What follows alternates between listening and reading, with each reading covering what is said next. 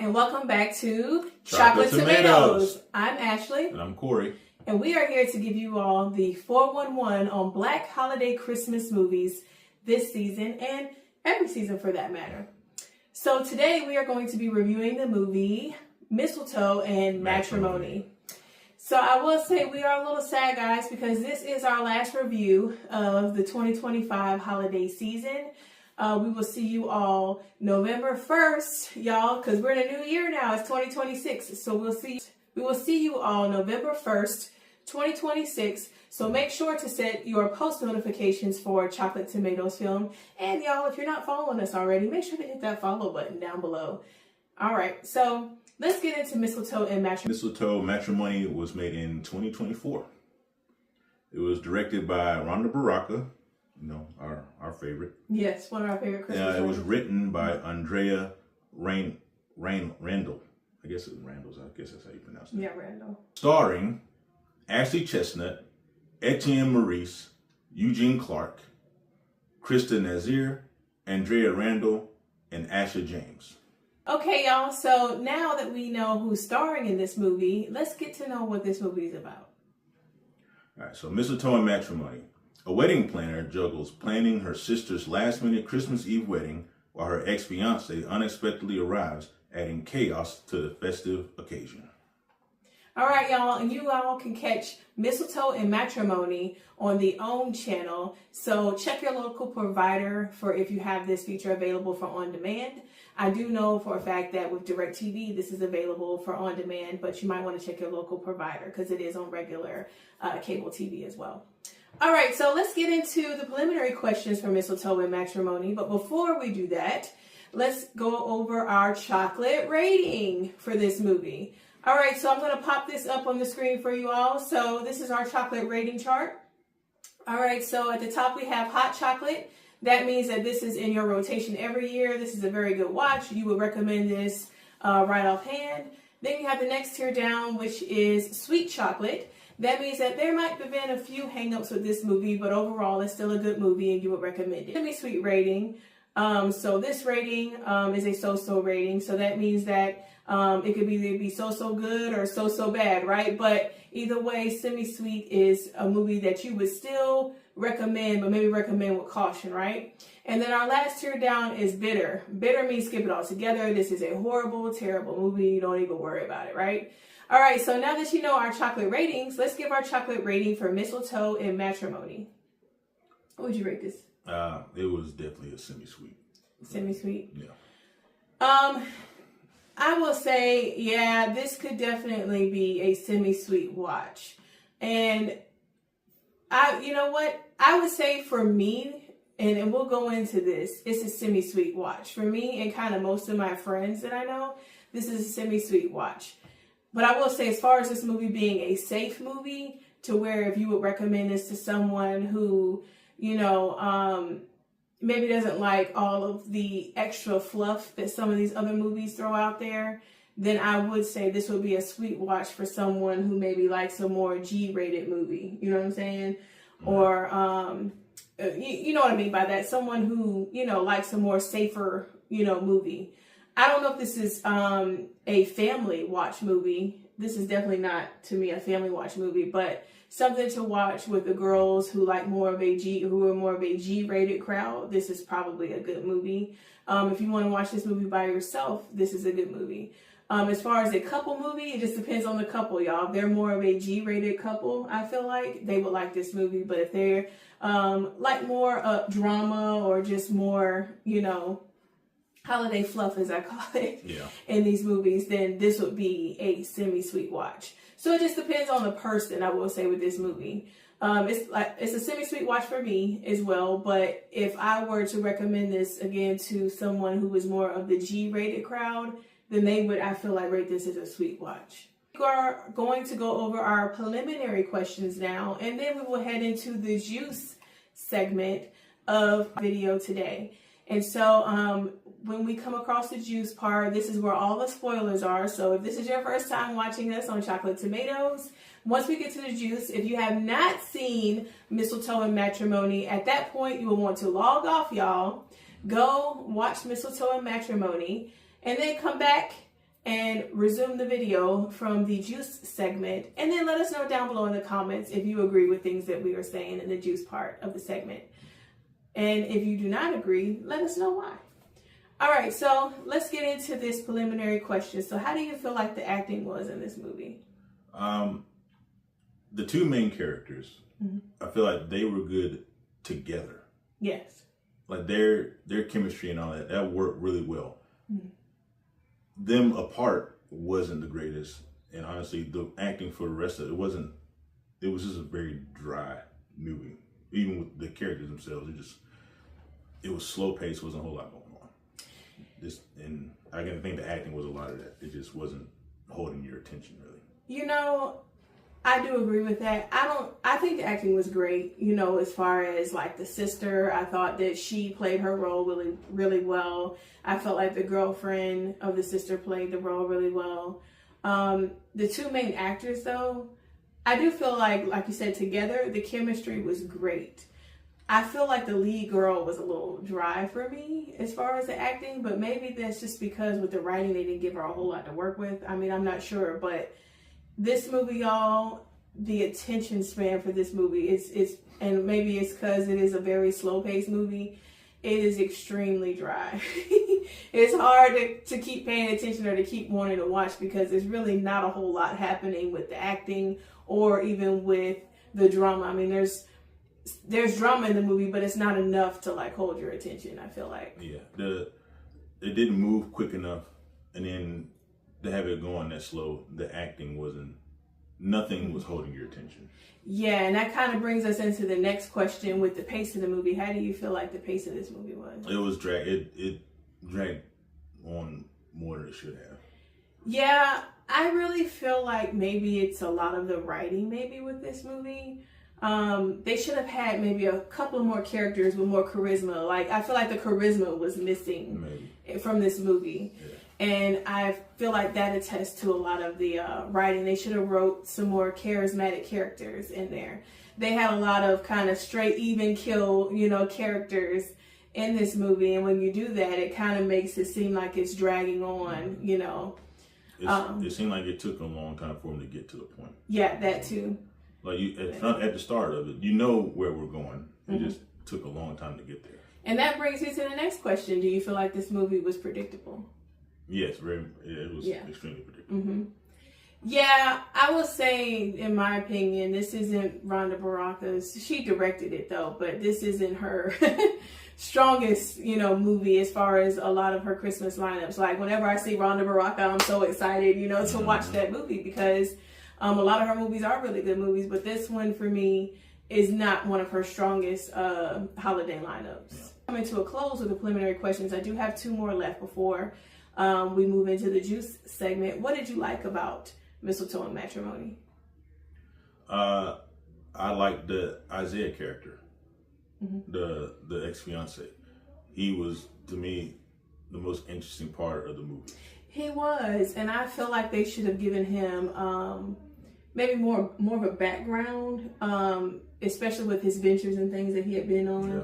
I feel like I want to kind of to know more, you know, about where and why he was gone for so long, you know. So we'll talk about that though more in the juice part. What was your favorite part? All right.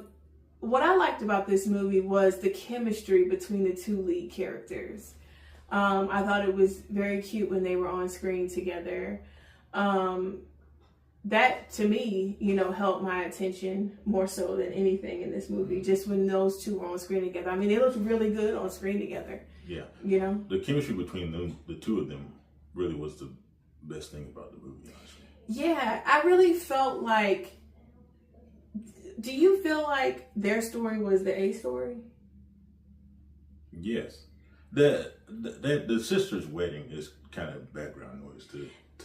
But I felt like they focused more on the B story than the A story. And I wanted to see more of the A story than the B story. I think that might have been that the sister was in that case. But that too, but I really felt like they should have showed more of the A story and really got into why they, you know, they kind of rushed it in a way as to why they were apart, you know. Yeah.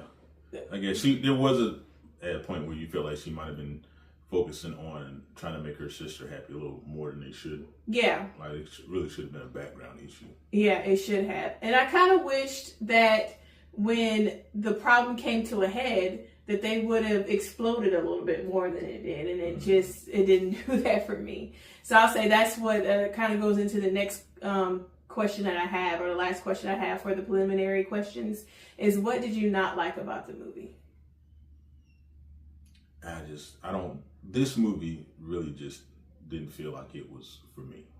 So honestly, other than the two main characters and their chemistry, there wasn't a whole lot I liked about the movie. It just really wasn't for me. One thing I can pinpoint that I didn't like again was with the B storyline. Once that came to a head, I really felt like there should have been more fireworks than there were. I mean, it was just kind of monotone-ish in a way, you know, and it happened so quickly. It's almost like if you blink, you missed it, you know? So it's like the little bit of drama that they did have in this movie, they really kind of brushed over it. You know, it wasn't really a big deal with this movie, I feel like.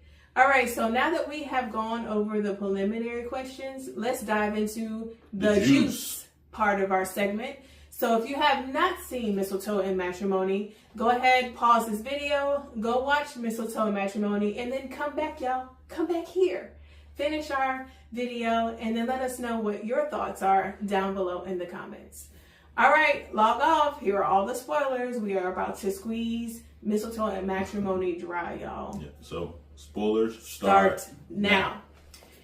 All right, so let's talk about the elephant in the room with this movie. Why is this movie so dry to us, but somebody else might enjoy it? These people are boring. The characters, like just the characters, and what is happening. Other than Isaiah and Olivia, when she's on screen with Isaiah, it's just a slog to get through what these people are talking. Yeah, it's very, very, very, very. And I don't know if it's just because the movie itself is not interesting to me, or they're just not.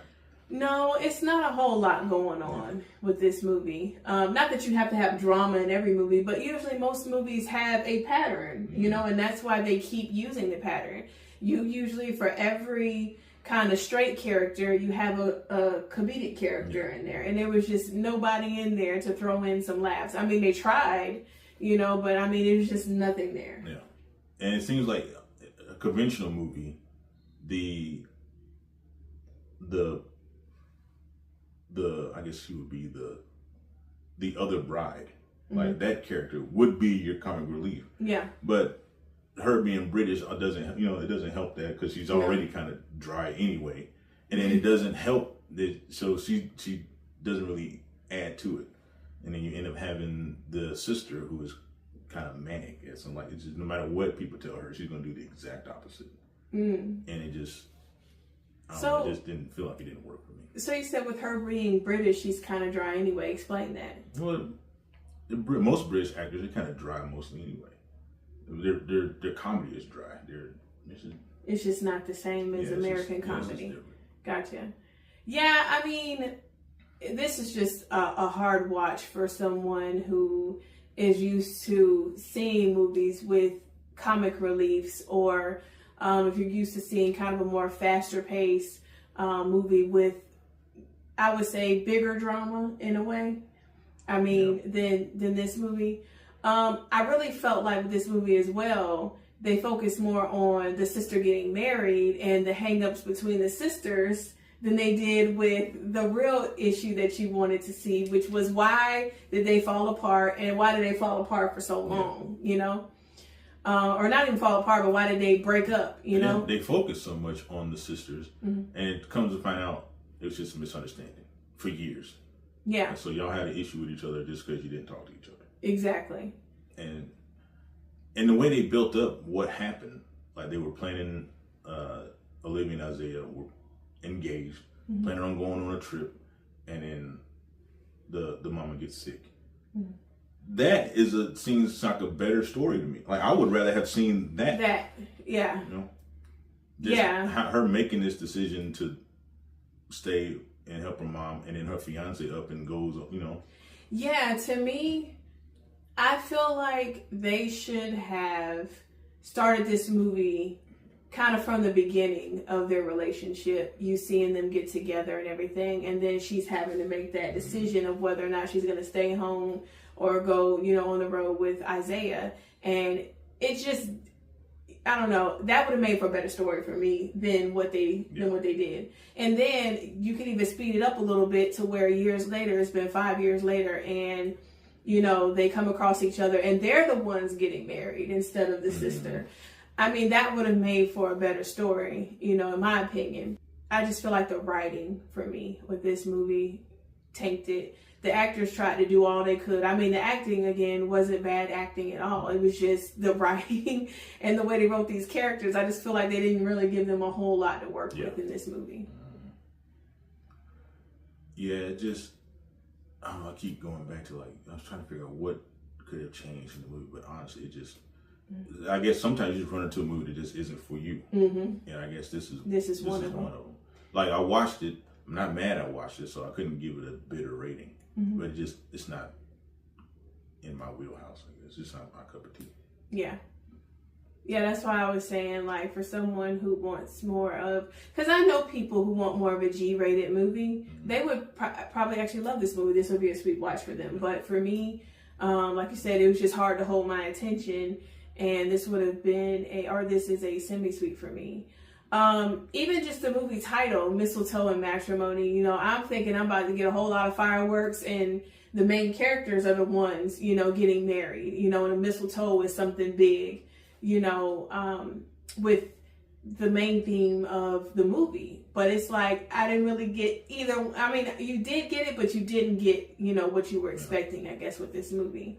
Because, I mean, they still got, the sister and, the fiance of the sister still got married. But as far as the main characters, we didn't get any of those, fireworks with that. Not really. And maybe it's because they felt they didn't have to because they were already engaged at one point. So it's not like they got to fall for each other. Maybe they already, technically they're already in love. But I don't know. I was just really like a big cheerleader in the back, hoping that the sister and Isaiah were, going to be the ones getting married, especially since things were falling so far apart with her sister and what the fiance wanted. I thought it was going to be one of those where, we're still got to have a wedding today, and Isaiah was going to pop the question and they were going to get married, but that just didn't happen in this movie. Maybe it might have been my expectations for this movie too. You know what? Now that you're saying, I just realized they didn't end up together in the movie, did they? Not really. Yeah, I just realized that. Yeah. And maybe that's what's off. Like, you felt it wasn't really like an ending to the movie. Well, he did say that he was going to stay, and start shooting the magazine. Yeah, he got a job there, so he's staying in town, and she's expanding her wedding planning business out of the city. But technically, they're not together. Yeah, they're not together. Yeah. So I don't know. Maybe that's what kind of threw it off. And it's like you're expecting one thing, and I mean, I guess it's good in a way that it doesn't satisfy, what you thought you were going to get out of the movie. But I just wish, like I said, the two main characters just look so good together, and their chemistry is so good together. I just wish they would have had that full circle moment where they would have either gotten married or got engaged or something, by the end of the movie. So yeah, something. Yeah. So that was it. The sister got married. They went on with the planning of the wedding because remember she was talking about she was going to elope. Yeah. And then so they decided not to do that. They had the wedding, and then after they, aired out all their grievances or whatever, she decided she was going to expand her wedding planning business, and he decided he was going to stay home. And that was just kind of the end of the movie. The end of the movie, yeah. Yeah, they're going to have to go back to the drawing board on this. One thing that I did want to point out in the juice section is it's supposed to be middle, y'all. Is it middle of December? Yeah, end of December in Chicago. Why doesn't anybody have... They were outside in short sleeves. Yeah, any long sleeves or any coats on. The sister got her, horse and carriage like she always wanted, but everybody's kind of dressed in like mixed weather. Yeah, and now that you brought that up, there's a lot of continuity issues because they have establishing shots. The whole lake. The lake is frozen out there. It's snow all over the Navy Pier. It looks like Chicago in wintertime. Yeah. And then, but when you get to actually them acting outside, people got on no sleeves. It'd be no snow anywhere. Green grass. That was. Yeah, and another thing, the grass is not green at the end of December. I know, especially not in Chicago, you know? So it's just like, they probably shot this movie during the spring or the summertime, but they really should have gotten shots or something, you know, from actual December. That was crazy. Or just have all the shots inside. Or have all the shots inside, yeah. Yeah, the continuity of that, was not very great in this movie.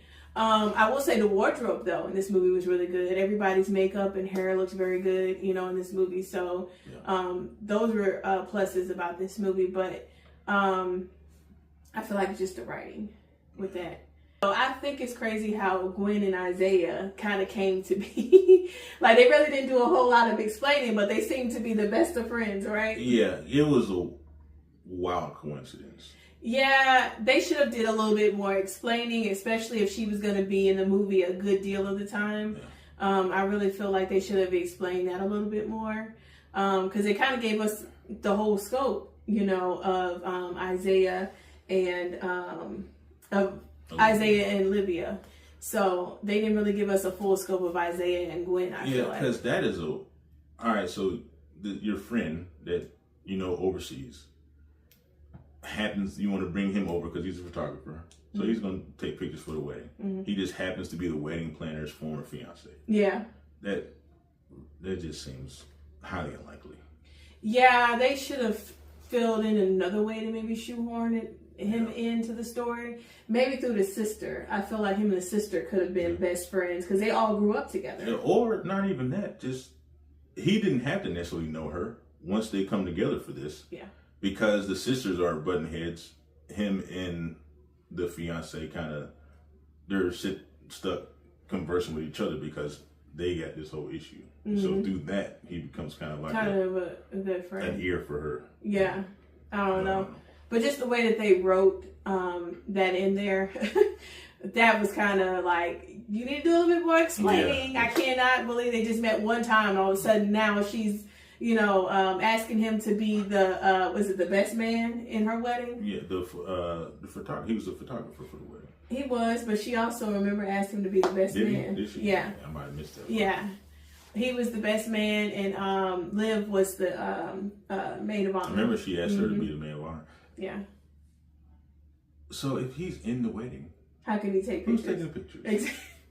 That's why I say, y'all, there's certain pieces of the puzzle that's kind of missing with this movie, but there's not really much to say. I'm about to say it's kind of just wrapped. But yeah, so you squeeze everything you could out of that one. Yeah. All right, y'all. So thank you so much from the bottom of our hearts for watching our review today. And we really appreciate y'all sticking with us this holiday season. And we hope to see you next holiday season. We'll see you next year. And bye for now.